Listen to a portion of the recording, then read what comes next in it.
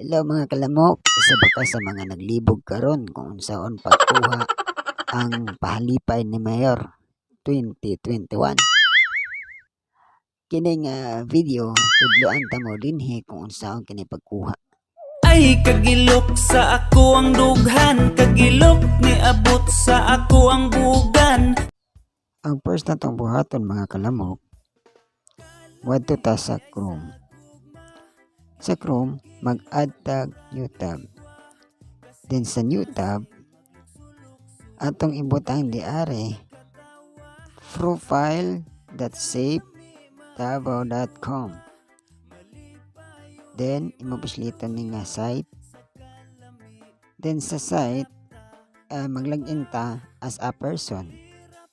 Dito imong ibutang ang QR code text, mobile number, month, day, o year nga natawhan nimo.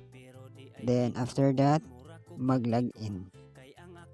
Then after na login, imo makita ni nga imong profile.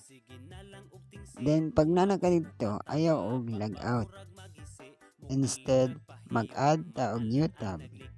Sa new tab, atong ibutang dito ang https://profile.savedabaw.com/rewards. Automatic mag-appear ang imuhang profile sa Save Davao. Imong i-scroll pa ubos ug imong makita ni pahalipay rewards. Kung naana kay nadawat o naana kay schedule, mao ni ang imong makita. Ingon ani ang imong makita pag nakadawat ka og naana kay schedule.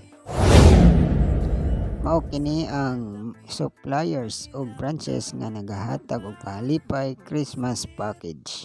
Rap sa mata,